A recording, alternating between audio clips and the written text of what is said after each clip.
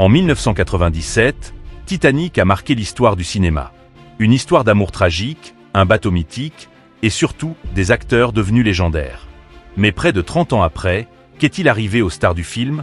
Aujourd'hui, on remonte à bord du Titanic pour découvrir ce qu'ils sont devenus. Numéro 1, Leonardo DiCaprio, le héros devenu icône mondiale.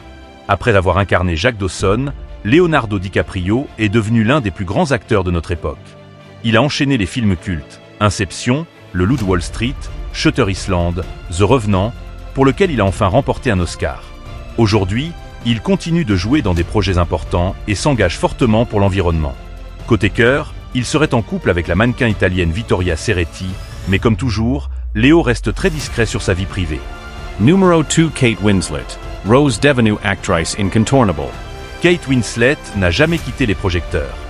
Elle a gagné un Oscar pour The Reader, a impressionné dans Mare of Easttown, et elle continue de choisir des rôles puissants et émouvants. Dans sa vie personnelle, elle est mariée à Edward Abel Smith et vit une vie discrète, loin du drame du Titanic. Et surtout, son amitié avec DiCaprio dure depuis plus de 25 ans. Ils se soutiennent toujours, comme un duo inséparable du cinéma. Numéro 3, Billy Zane, le méchant devenu artiste. Billy Zane, qui jouait Cal, le fiancé autoritaire, a poursuivi une carrière variée. Il continue d'apparaître dans des films et séries, mais s'est aussi fait un nom dans l'art. Il peint, expose et vend ses œuvres à travers le monde. Dans sa vie privée, il est fiancé à Candice Neal, avec qui il a 2 filles. Numéro 4, Katy Bates, la Molly Brown indestructible. Déjà très respectée avant Titanic, Katy Bates a continué à briller à Hollywood. Elle est apparue dans American Horror Story, The Office, Richard Jewell et de nombreux autres projets. Elle reste une actrice admirée pour sa force, son humour et sa sincérité. Numéro 5, les autres visages du Titanic. Victor Garber, le constructeur du bateau dans le film, travaille encore régulièrement dans les séries télé. Frances Fisher, la mère stricte de Rose, apparaît dans de nombreuses productions. Et James Cameron, le réalisateur, continue de repousser les limites du cinéma avec ses films Avatar. Près de 3 décennies après, Titanic reste un film culte, un souvenir gravé dans la culture populaire. Et chacun de ces acteurs a poursuivi un chemin unique, entre succès, engagement, art, famille et projets passionnants. Le Titanic a sombré, mais leur carrière, elle, continue de briller. L'histoire vraie du Titanic. Tout commence au début du XXe siècle, une époque où les grandes compagnies maritimes rêvent de construire les bateaux les plus grands et les plus luxueux du monde.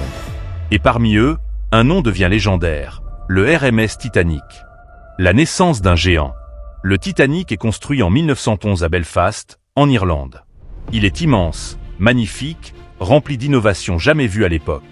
On le décrit comme insubmersible, parce que son système de compartiments étanches est censé empêcher le navire de couler même en cas d'accident. À son bord, on trouve des millionnaires, des familles ordinaires qui rêvent d'une nouvelle vie en Amérique, et des membres d'équipage venus du monde entier. Tout le monde veut être sur ce bateau qui symbolise le progrès, la richesse et l'avenir. Ancre le grand départ. Le 10 avril 1912, le Titanic quitte Southampton, en Angleterre, pour son tout premier voyage vers New York. Il fait 2 courtes escales en France et en Irlande, puis se lance sur l'océan Atlantique. Les premières journées se passent très bien. Le temps est calme, le navire avance vite, et les passagers profitent.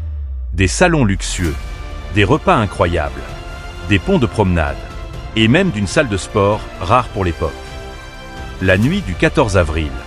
Dans la soirée du 14 avril 1912, la température baisse, l'eau devient presque glaciale. Des messages radio signalent la présence d'icebergs dans la zone, mais le Titanic continue d'avancer à grande vitesse.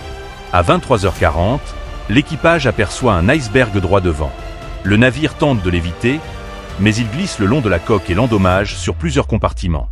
Ce choc, bien que discret, provoque une situation impossible à arrêter. Le bateau commence lentement à prendre l'eau. Le naufrage.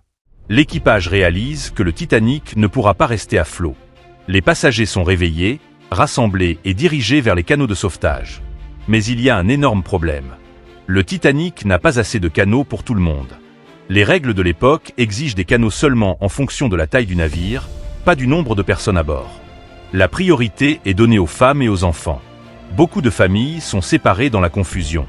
Le secours arrive trop tard. Le bateau le plus proche, le Carpathia, se dépêche de venir aider. Mais il met plusieurs heures à atteindre la zone, car le Titanic est trop éloigné. Au lever du jour, les survivants sont récupérés, choqués mais vivants. Le Titanic, lui, repose au fond de l'océan.